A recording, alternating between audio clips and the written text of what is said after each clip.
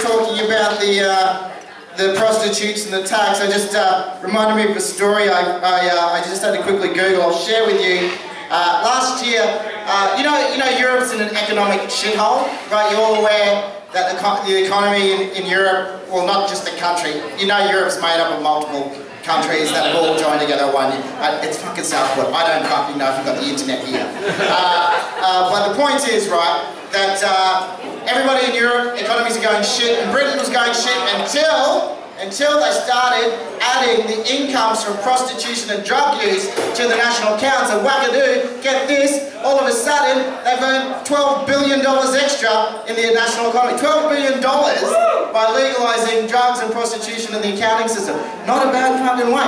And here's the funny bit though. Britain spend more on illegal drugs than on personal grooming. Who would have fucking thought? Who would have fucking thought? When you're snorting that much fucking coke up your nose and it's coming from the Caribbean, nobody cares what the fuck you look like, how bad you smell, and whether or not you're sticking your cock in something that you paid for. Much like David Cameron and the pig. Alright guys, we're gonna keep going. Rudy, where are you here? Rudy, you ready to go? Another guy that's travelled a fair way all the way from Byron Bay. Give it up for Rudy Safina!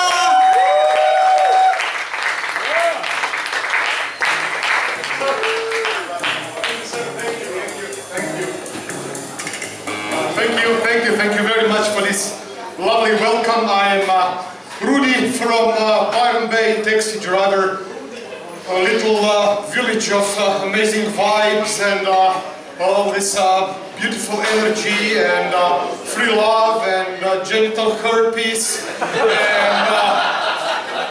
a lot of marijuana and love in general. It's a beautiful place, so it's really nice to be in fucking Southport for a change than coping all that shit every night in the taxi. It's so boring. Anyway, but I can't drive taxi in Gold Coast anymore. I did about 17, 18 years ago. I did drive cab here when it was called Regent Taxis, but I can't do it tonight. I can't do it now anymore. And because I never worked for Telstra, and I think the guys that drive cabs here all worked for Telstra before, you know, when your phone is fucked and you ring Telstra and you wait 3 hours on the phone, and then some guy answers the phone and says, "Welcome to Telstra, this is Tariq from Kolkata, how can I fuck up your day today?" And I was born in Croatia in Eastern Europe. You can Google that later on to see where the country is. Just search for Austria and Italy. They're kind of more known than Croatia, unless you've been there on the holidays. And we are all totally fucked up since birth. Country was called Yugoslavia first, and Croatia was part of it. And we all had to look like this.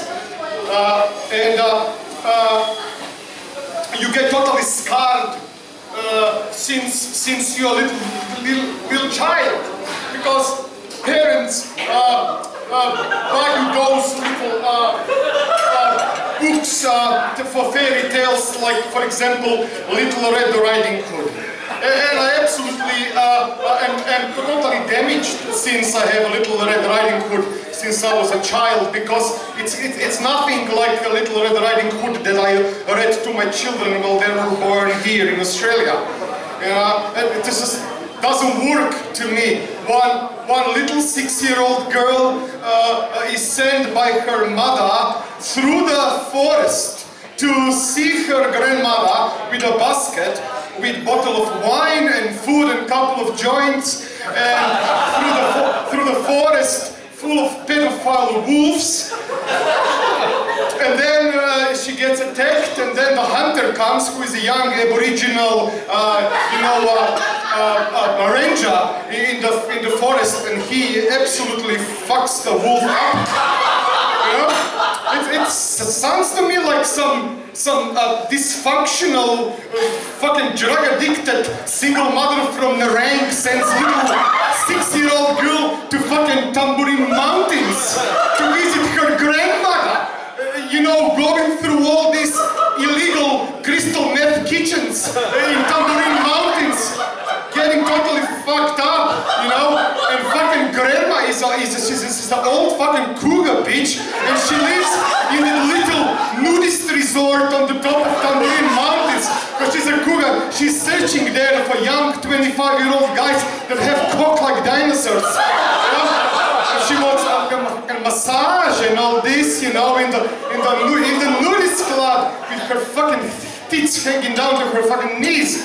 Yeah? Searching for 25-year-old boys. Fucking bitch. And yeah, the story scarred me for life. That fucking cunt, my auntie, that bought me a book. Fucking when I see my auntie, I'll fucking give her one. Slut. You know, really totally fucked me up. And my parents are cunts too.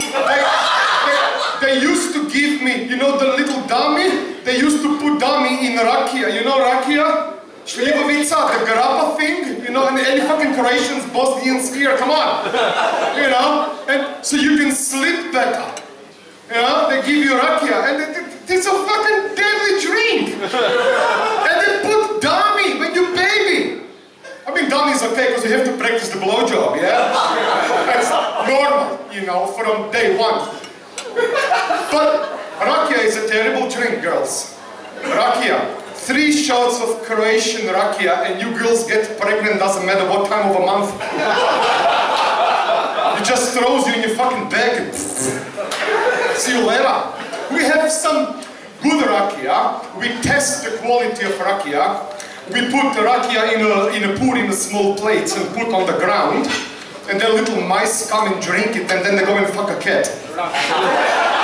And then you know your rakia is really, really good.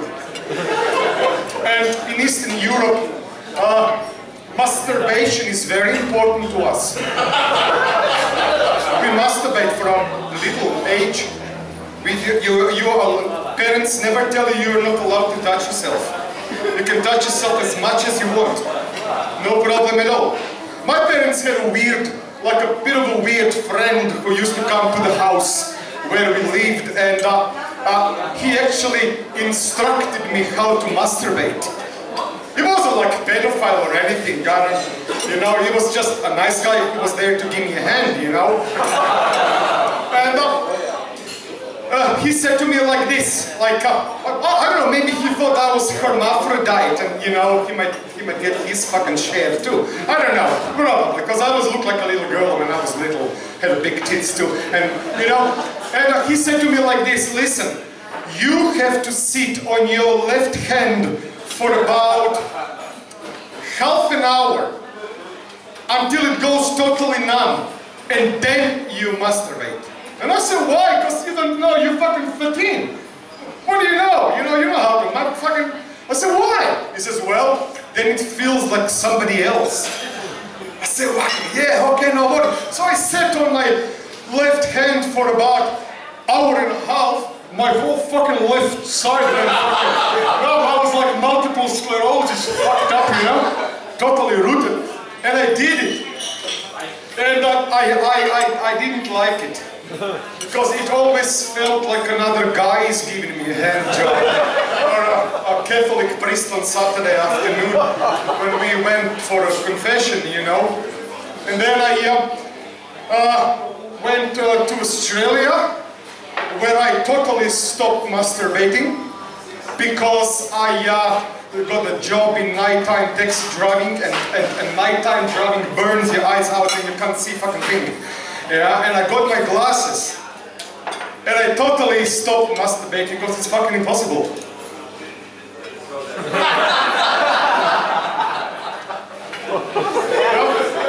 But it's okay, I was married then once, so that was pretty good in that case. I got married very young, and I married a really good-looking bitch.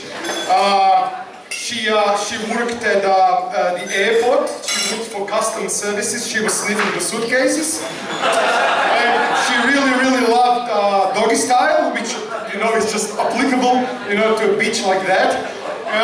And but she always wanted me to talk, and I'm a man, and men cannot multitask. And I can't talk and fuck at the same time. like especially position 69 is a proof men cannot multitask. Because men can only, you know, put his hands on the lady and do nothing else but use his tongue. And use his tongue on that little thing that girls have and guys don't, and it's called, help me,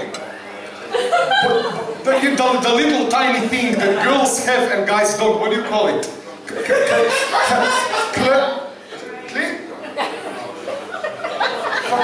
Ah, yes! Just remembered, something like clitoris, yeah? I can't get my tongue around it, sorry. And my wife, or my ex-wife, she always wanted me to talk, and I said, I don't like it, you know, I don't like it. And then, one night, I did it, doggy style, and she said, say something, and I said, I love you, I love you, I love you, and she said, oh yes, deeper, deeper, and I said, I love you, I love you. And then now I've got a beautiful new wife. I got divorced, and my wife works all the time, and I work all the time, and I work night, and she works days, and we have a very, very, very little time to be together. But every second or maybe third Friday, we have a day off together. It's usually Friday, and then we wake up at 10 o'clock in the morning, and we take a lot of crystal meth, and then we kick the shit out of each other. And I gotta go now because tomorrow I have a day off with my wife. See you later. Thank you.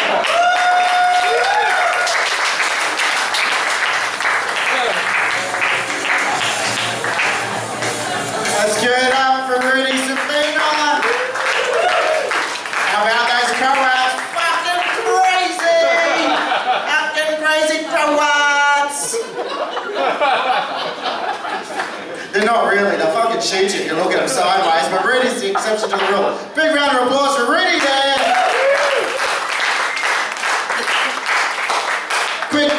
Quick fact about Croatia, very multicultural company.